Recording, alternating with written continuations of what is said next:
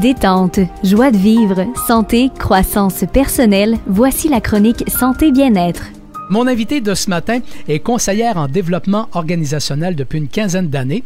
Elle détient un baccalauréat en génagogie et aussi une maîtrise en administration, concentration, intervention et changement organisationnel. Elle est aussi synergologue, c'est-à-dire qu'elle lit dans nos gestes. Elle a signé le livre « Je lis en vous, savez-vous lire en moi » et « L'ange du samouraï ». Elle nous présente ce matin « Relations sous emprise, comment s'en libérer sur le plan personnel et professionnel ». Annabelle Boyer est avec nous. Annabelle, bonjour. Bonjour. Annabelle, on va parler justement de ces fameux contrôlants, manipulateurs, des gens harcelants. D'abord, d'où ça vient ça, les manipulateurs et les contrôlants? Ben, en fait, il y en a toujours eu et probablement qu'il y en aura toujours, mais c'est sûr qu'à la base, ce sont des gens qui, dès la tendre enfance, ont commencé à apprendre à manipuler et à contrôler leur environnement. Pendant un certain temps, on a pensé que c'était des gens qui avaient été victimes eux-mêmes de contrôle ou de manipulation, mais ce sont, selon les dernières recherches, ce sont plutôt des enfants rois, des enfants qui sont habitués d'avoir tout ce qu'ils veulent et quand ils arrivent à l'âge adulte, ils reproduisent le même comportement, mais avec des mécanismes de défense qui sont plus importants. D'accord. Et quels sont les symptômes? Comment on peut les reconnaître? Ben, en fait, généralement, quand vous êtes avec un harceleur ou un emprisonneur, vous allez avoir des gens qui vont, par exemple, vous utiliser différentes stratégies avec vous pour vous faire sentir au départ que vous êtes tellement extraordinaire, que vous êtes tellement génial, que vous êtes tellement approprié dans la situation, que vous êtes exactement la bonne personne. Mais généralement, ça va durer juste un temps. Et après un certain temps, vous allez plutôt avoir une certaine pression pour faire des choses que vous n'êtes pas habitué de faire, pour sortir de votre zone de confort, mais pas dans quelque chose que vous auriez choisi de faire.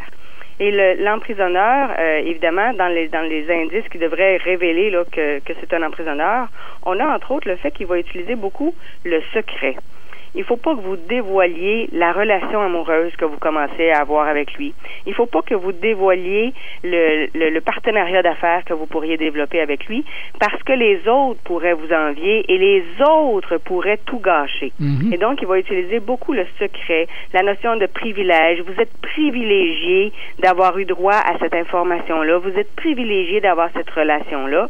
Et il va jouer aussi avec la culpabilité, la honte, le sentiment là, que vous êtes pas compris des autres. Donc, il va venir jouer dans certaines failles que vous avez.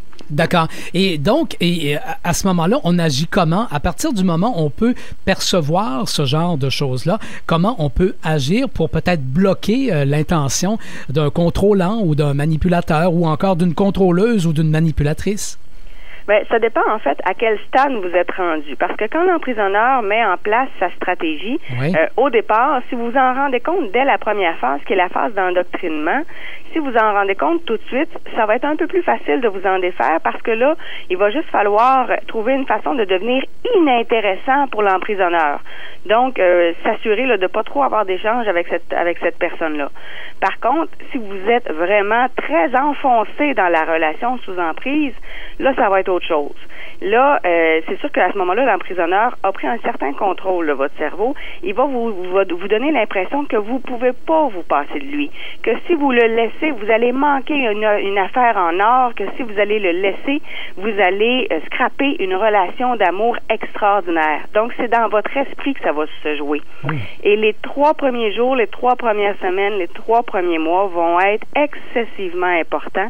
Et il faut absolument prendre une distance physique et émotive complète. On ne peut pas rester ami avec un emprisonneur et on ne peut pas penser sortir des griffes d'un emprisonneur si on le voit régulièrement. D'accord. On parle de, bien entendu, on va retrouver ça souvent dans les relations amoureuses, mais aussi on peut retrouver ça entre collègues de travail, j'imagine, et même dans la famille aussi, que ce soit une belle-sœur, une belle-mère ou encore peut-être des enfants aussi.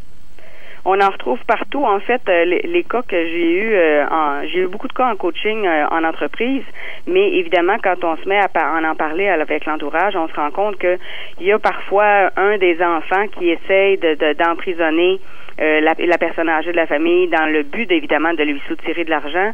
Je l'ai vu, évidemment, avec des collègues de travail qui essaient de le faire. Je l'ai vu beaucoup avec des partenaires d'affaires, des gens qui veulent vous demander un investissement dans leur nouveau super projet, mais qui est un investissement important.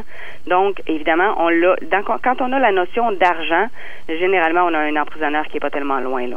D'accord. Alors, Annabelle Boyer nous présente le livre « Relations sous emprise, comment s'en libérer sur le plan personnel et professionnel » chez Béliveau Éditeur. Annabelle Boyer, merci beaucoup et on se reparle bientôt peut-être. Parfait. Au revoir. Merci.